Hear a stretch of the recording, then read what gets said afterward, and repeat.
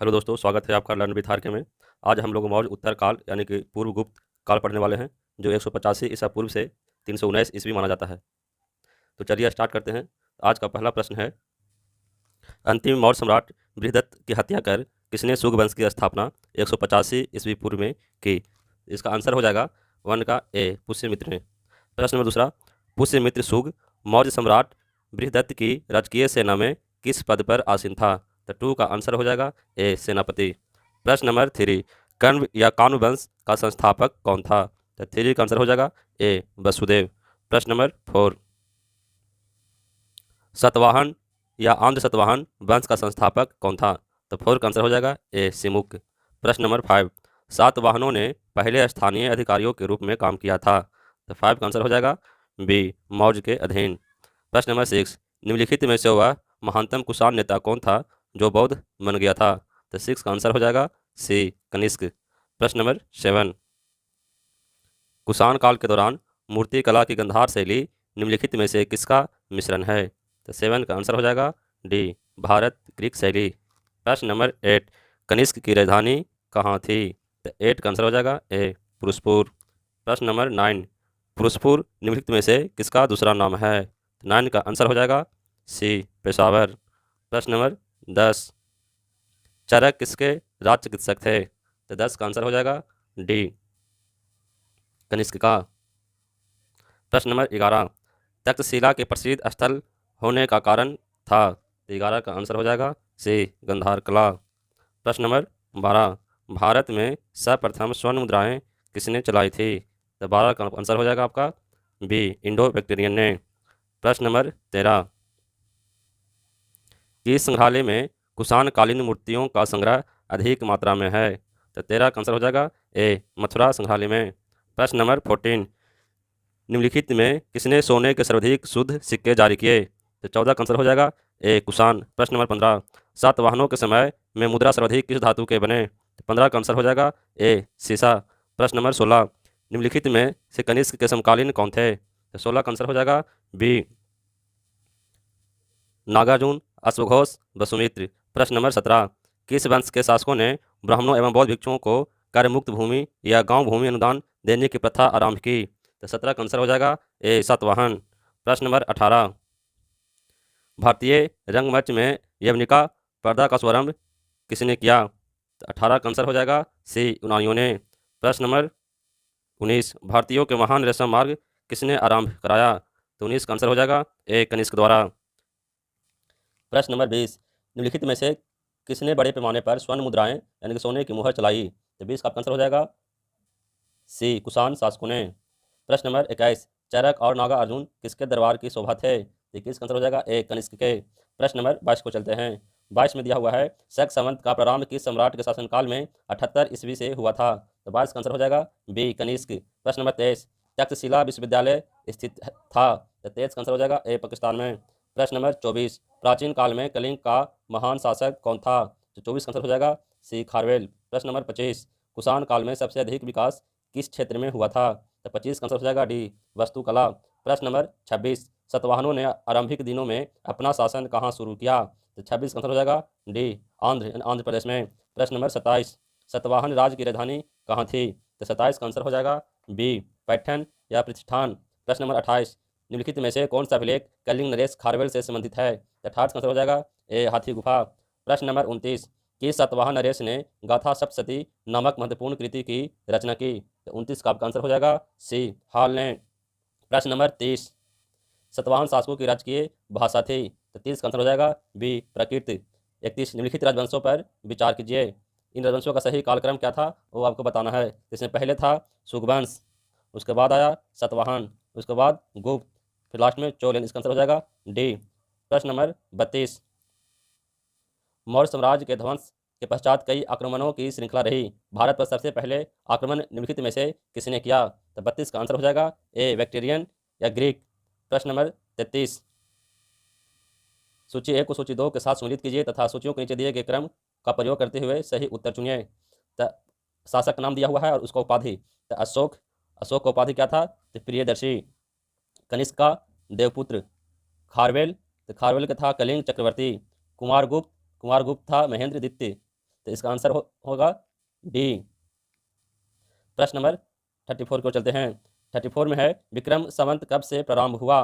तो 34 का आंसर हो जाएगा आपका बी 58 ईसा पूर्व। प्रश्न नंबर 35, सूची ए को सूची 2 से मिलाना है। तो विक्रम संवत ए का हो जाएगा 458 ईसा पूर्व। शक संवत, तो शक संवत कब लगा हुआ था? 78 ईसा पूर्व। गुप्त संवत, तो गुप्त संवत हो जाएगा ये 320 ईसा पूर्व। कलिंग संवत 3102 ईसा पूर्व। तो इसका आंसर हो जाएगा डी। प्रश्न नंबर 36, मौर्य के बाद दक्षिण भारत में सबसे प्रभावशाली राज्य कौन था? तो 36 का आंसर हो जाएगा ए सातवाहन। बुद्ध की खड़ी प्रतिमा निम्न में से किस काल में बनाई गई? तो 37 का आंसर हो जाएगा बी कुषाण काल में। प्रश्न नंबर 38, शुंग वंश के बाद किस वंश ने भारत पर राज किया? तो 38 का आंसर हो जाएगा सी कण्व वंश ने। प्रश्न नंबर 39, किस चीनी जनरल ने कनिष्क को हराया था? 39 का आंसर हो जाएगा ए पेन चाओ।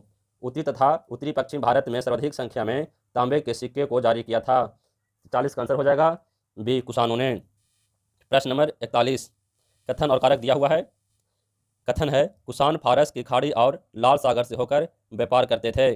कारण है उनकी सुसंगठित नौसेना उच्च कोटि की थी। 43 का आंसर हो जाएगा सी ए सही है परंतु आर गलत है। प्रश्न नंबर 42, जो कला शैली भारतीय और ग्रीक यूनानी शैली का सम्मिश्रण है उसे क्या कहते हैं? तो 42 का आंसर हो जाएगा सी गंधार। प्रश्न नंबर 43, कनिष्क बौद्ध धर्म की किस शाखा का अनुयायी था जिसका प्रसार उसने मध्य एशिया व सुदूर पूर्व में किया? तो 43 का आंसर हो जाएगा सी महायान। प्रश्न नंबर 44, कनिष्क के शासनकाल की सर्वाधिक महत्वपूर्ण घटना कौन सी थी? तो 44 का आंसर हो जाएगा सी चतुर्थ बौद्ध संगति। प्रश्न नंबर 45, प्राचीन भारत का महान व्याकरण पतंजलि किसका समकालीन था? तो 45 का आंसर हो जाएगा डी पुष्यमित्र शुंग। प्रश्न नंबर 46, सर्वप्रथम भारत में विशुद्ध संस्कृत भाषा में लंबा अभिलेख किस राजा द्वारा जारी किया गया? तो 46 का आंसर हो जाएगा बी शक राजा रुद्रदमन द्वारा। प्रश्न नंबर 47, किस राजा के शासनकाल में ईसाई धर्म प्रचारक सेंट थॉमस भारत आया? तो 47 का आंसर हो जाएगा सी गोंदोफनरिस। प्रश्न नंबर 48, किस कुषाण शासक ने सर्वप्रथम स्वर्ण मुद्राएं जारी की? 43 का आंसर हो जाएगा बी कटफिशिस द्वितीय। प्रश्न नंबर 39, किस वंश के शासकों ने छत्रप प्रणाली का प्रयोग किया? तो 49 का आंसर हो जाएगा डी शकों ने। प्रश्न नंबर 50, त्रातार यानी मुक्तिदाता की उपाधि किस वंश के शासकों ने धारण किया? तो 50 का आंसर हो जाएगा ए शक ने। प्रश्न नंबर 51, प्राचीन काल के भारत पर आक्रमणों के संबंध में कौन सा सही कालानुक्रम है? तो 51 का आंसर हो जाएगा ए यूनानी शक, उसके बाद कुषाण आए थे। प्रश्न नंबर 52, भारत में प्रथम बार सैनिक शासन व्यवहार में लाया गया? तो 52 का आंसर हो जाएगा ए ग्रीकों द्वारा। प्रश्न नंबर 53, ईसा पूर्व दूसरी सदी के प्रारंभ में उत्तरी अफगानिस्तान में स्थापित भारत यूनानी राज्य था? तो 53 का आंसर हो जाएगा ए बैक्टीरिया। प्रश्न नंबर 54, चार धातुओं सोना चांदी तांबा एवं सीसा में बनने वाले सिक्कों को क्या कहा जाता था? तो 54 का आंसर हो जाएगा डी कारसापन। प्रश्न नंबर 55, सर्वप्रथम रोम के साथ किन लोगों का व्यापार प्रारंभ हुआ? तो 55 का आपका आंसर हो जाएगा बी तमिलों एवं चेरों का। प्रश्न नंबर 56, मौर्य उत्तरकालीन प्रमुख बंदरगाहों में कौन असत्य है? तो 56 का आंसर हो जाएगा डी कोचीन। प्रश्न नंबर 57, निम्न में से किस स्थान को पेरिप्लस ऑफ द इरिथ्रियन सी से पुंडू के नाम से संबोधित किया गया है? तो 57 का आंसर हो जाएगा आपका बी अरिकामेडू। मौर्य उत्तर काल में किसने भारत में हिंद यूनानी राज्य की स्थापना की? 58 का आपका आंसर हो जाएगा ए डेमेट्रियस। प्रश्न नंबर 59, निम्नलिखित में से किसने अपने जीवन के उत्तरार्ध में अपने पुत्र के हाथों में राज सत्ता सौंपकर बौद्ध भिक्षु हो गया? तो 59 का आंसर हो जाएगा सी मिनांडर। प्रश्न नंबर 60, कुषाणों का संबंध किससे था? तो 60 का आंसर हो जाएगा सी चीन के यूची जनजाति से। प्रश्न नंबर 61, निम्नलिखित में से कौन कनिष्क के बौद्ध होने के लिए उत्तरदायी था? तो 61 का आंसर हो जाएगा बी अश्वघोष। प्रश्न नंबर 62, सूची 1 को सूची 2 से मिलाना है। तो इंडो ग्रीक हिंद यवन शक सिथियन अपार्थव पहलव। इसका आंसर हो जाएगा ए। प्रश्न नंबर 63,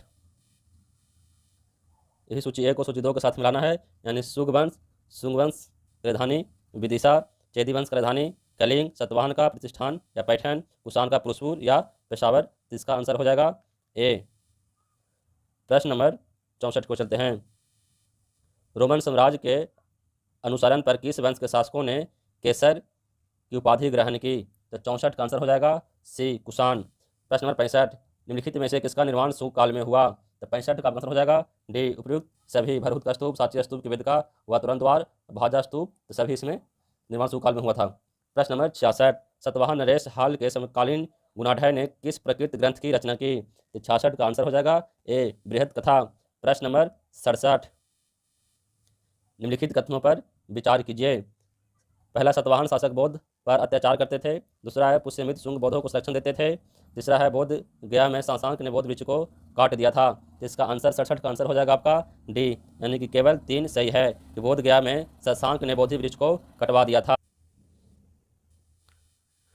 प्रश्न नंबर 68, प्राचीन भारत में निम्न में से किस एक ने नियमित रूप से सोने के सिक्के चलाए? तो 68 का आपका आंसर हो जाएगा सी कुषाण ने। प्रश्न नंबर 69, कलिंग नरेश खारवेल किस वंश से संबंधित था? तो 69 का आंसर हो जाएगा ए चेदी वंश। प्रश्न नंबर 70, निम्नलिखित में से किस अभिलेख में चंद्रगुप्त मौर्य और अशोक दोनों का उल्लेख किया गया है? तो 70 का आपका आंसर हो जाएगा बी महाक्षत्रप रुद्रदमन का चुनागढ़ अभिलेख। प्रश्न नंबर 71, प्राचीन भारत में देश की अर्थव्यवस्था में अत्यंत महत्वपूर्ण भूमिका निभाने वाली श्रेणी संगठन के संदर्भ में निम्नलिखित में से कौन सा कथन सही है? तो पहला कथन है, प्रत्येक श्रेणी राज्य के एक केंद्रित प्राधिकरण के साथ पंजीकृत होती थी और प्रशासनिक स्तर पर राजा उनका प्रमुख होता था। दूसरा कथन है, श्रेणी ही वेतन, काम करने के नियमों, मानकों और कीमतों को सुनिश्चित करती थी। तीसरा कथन है, श्रेणी का अपने सदस्यों पर न्यायिक अधिकार होता था। तो कौन सा इसका आंसर हो जाएगा? तो इसका आंसर आपका होगा सी 2 और 3 सही है। तो मिलते हैं अगले क्लास में, तब तक के लिए धन्यवाद।